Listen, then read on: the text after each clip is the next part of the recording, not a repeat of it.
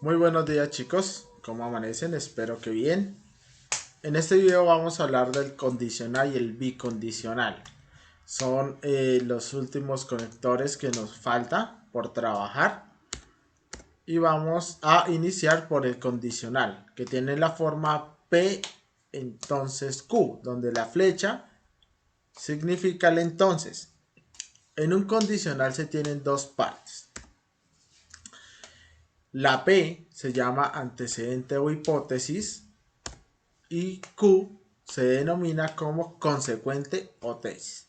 Entonces es importante para analizar este aspecto, ya que más adelante en las demostraciones geométricas vamos a tener en cuenta quién es el antecedente y quién es la tesis o el consecuente que queremos demostrar. Es decir, ¿qué nos dan como ejercicio para poder llegar a un resultado que nos están pidiendo? Que en este caso lo que nos dan es el antecedente y lo que tenemos que llegar sería el resultado o el consecuente.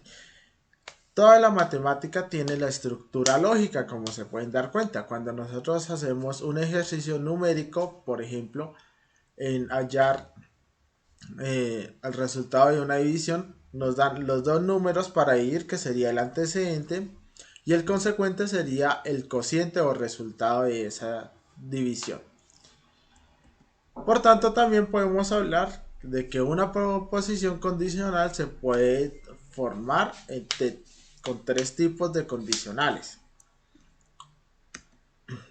Los condicionales son los siguientes. El recíproco, que es invertir Q por P, es decir que si yo digo que el resultado es 20, entonces los números al multiplicar, un ejemplo, serían 2 por 5 o 2 por 10.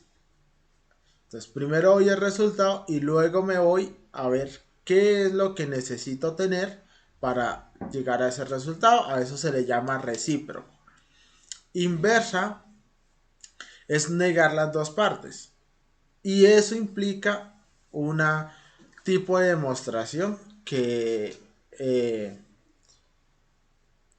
se llama por contradicción.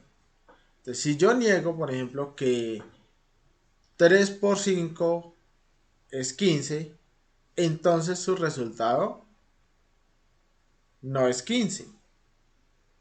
Y ahí como estoy negando las dos partes, viendo las tablas de verdad, pues nos vamos a dar cuenta que negando las dos partes se vuelve el condicional verdadero. A eso se le llama contradicción cuando estemos haciendo demostraciones geométricas.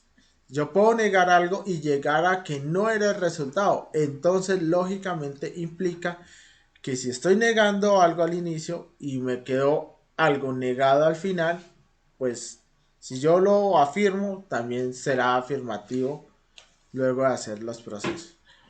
Y contra recíproca es combinar las dos anteriores. Es tomar el resultado negado e irme a algo negado de antecedente para que el condicional me funcione.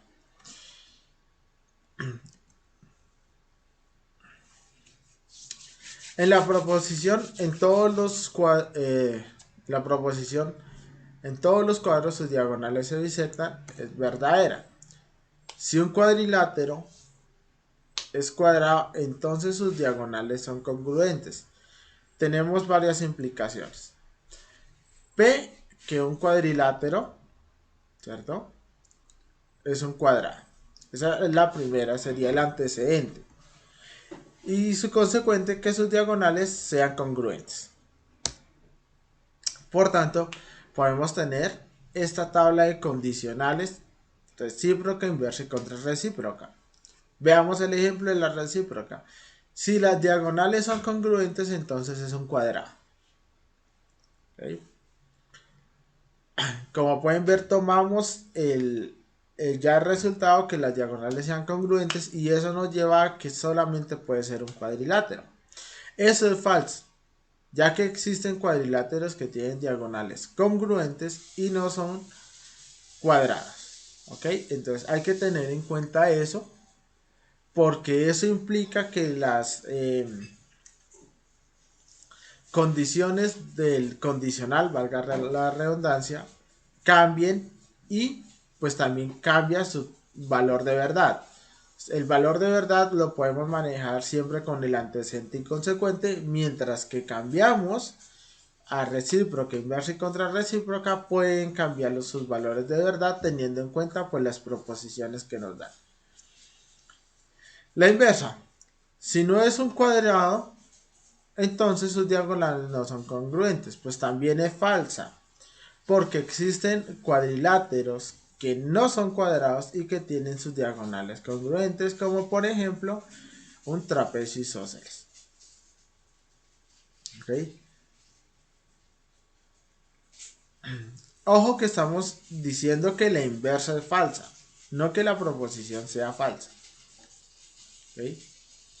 Si no es un cuadrado, entonces sus diagonales no son congruentes y hay figuras donde no es cuadrado y por tanto pues son congruentes. Entonces estamos diciendo que la inversa de esa proposición es falsa. Por tanto, la proposición completa es verdadera. ¿Ok? Entonces hay que tener en cuenta, si la inversa es falsa, pues quiere decir que la proposición común y corriente es verdadera. Y la contrarrecíproca, pues si las diagonales de un cuadrilátero no son congruentes, entonces no es un cuadrado. Dado que la condicional inicial es verdadera, su contrarrecíproca también lo es, porque estamos negando la negación, si me hago entender. Es como tener doble signo negativo, menos y menos me da más. Eso es lo que está diciendo, porque la recíproca es falsa, entonces la contrarrecíproca, que es el contrario, debe ser verdadera. Y continuamos con el bicondicional. En el bicondicional, tiene la forma P doble flecha Q, que significa sí y solo sí. Tenemos dos partes. Si P sí solo sí es verdadera, entonces indica que P entonces Q y Q entonces P son verdaderas. Tiene la doble implicación. La única forma de que sea verdadera es que las dos partes sean verdaderas. Y con esto pues terminamos el ejercicio viendo el ejemplo que les traigo. El bicondicional de la forma siguiente. En un polígono la suma de los ángulos internos es 180 grados. Si y solo si el polígono es un triángulo. El valor de verdad es verdadera porque pues ya lo sabemos que el único polígono donde se suman 180 grados sus ángulos internos es el triángulo. Veamos los condicionales. P entonces Q. Sabemos que P es que si en un polígono la suma de los ángulos internos es 180 grados, entonces es un triángulo fijo. Eso es verdad. Y el otro condicional es que si en un polígono es un triángulo, entonces la suma de los ángulos es 180 grados. Como pueden ver, la estructura es, si yo voy de inicio a fin o de fin a inicio, según la oración, y deben ser ambas verdaderas para que el bicondicional sea verdadero. Esto nos implica lo siguiente, que es suficiente y necesario, o sea, que se debe tener y además solamente eso se debe tener por cada condicional. Es suficiente y necesario que la suma de los ángulos internos de un polígono sea 180 grados para poder asegurar que el polígono es un triángulo. Y por otra parte, es suficiente y necesario que un polígono sea un triángulo para poder asegurar que la suma de sus ángulos internos sea 180 grados. Con esto finalizamos el video y en Meet vamos a trabajar preguntas que tengan y también preguntas que nos da el libro.